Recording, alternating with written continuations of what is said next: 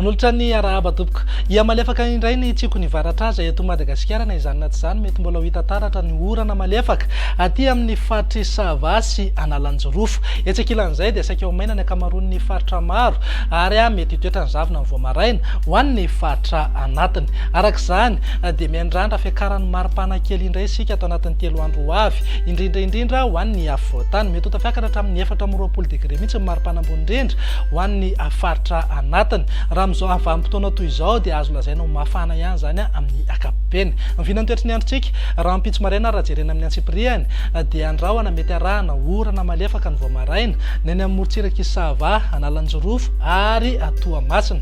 Andrahona nanjombona rahana herikerika manify kosa ny any Mangoro sy ny faritra Atsinana. Ny faritra hafa ho maina ny andro amin'ny ankapobeny na andrahona vitsy aorian'ny ny zavona maraina ho an'ny afovoantany. Raha ny tolakandro dia saika ho maina avokoa manerana ny faritra maro eto Madagasikara iban'ny toerana kokoa ingabe masoandro afa-tsy ny any amin'ny manodidina Sambrany ihany no andrahona mety ho lalovana orana tandrifin-drahona indraindray. Mivinan'ny maripana ao anatin'izay tafiakatra 3 degré ny maripana ambony indrindra any Morondava sy Mahajanga. Eo amin'ny 20 na 20 degré kosa ho an'ny faritra anatiny. Tafidina 7 degré ny maripana ambany indrindra any Vakinankaratra. Morotsiraka Atsinanana moa dia eo amin'ny 4 na 5 degré eo ny maripana ambony indrindra. Mivinany toetra ny andro ny alakamisy ary dia saika ho maina aloha ny akamaroan'ny faritra maro eto Madagasikara na izany na tsy izany hitoetra ny zavona maraina ho an'ny faritra anatiny. Azo orana tandrifin-drahona ny any amin'ny manodidina ny Analanjorofo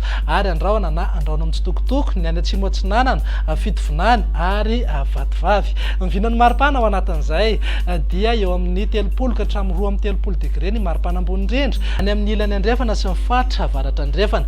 Misy fiakarana mety hatratra hatramin'ny 20 degré kosa maripana ambony indrindra ho an'ny afovoantany. Arak'izany dia mety mba hafana kely indray zany aloha ny andro amin'ny alakamisy sy ny zoma ho avy izao indrindra ho an'ny afovoantany.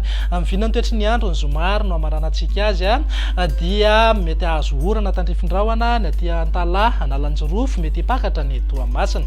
Izy tandrifin-drahona andalo ihany koa indraindray ny any amin'ny morotsiraka Vatovavy, Fitovinany ary Atsimo Atsinanana. Ny faritra hafa ho maina ny andro amin'ny ankapobeny fa noho ny fandalovana rindrin-drahona ao atsimon'ny Madagasikara ao dia mety andrahona na andrahona mitsitokotoko morotsiraka ny faritra Atsimo andrefana sy Androy.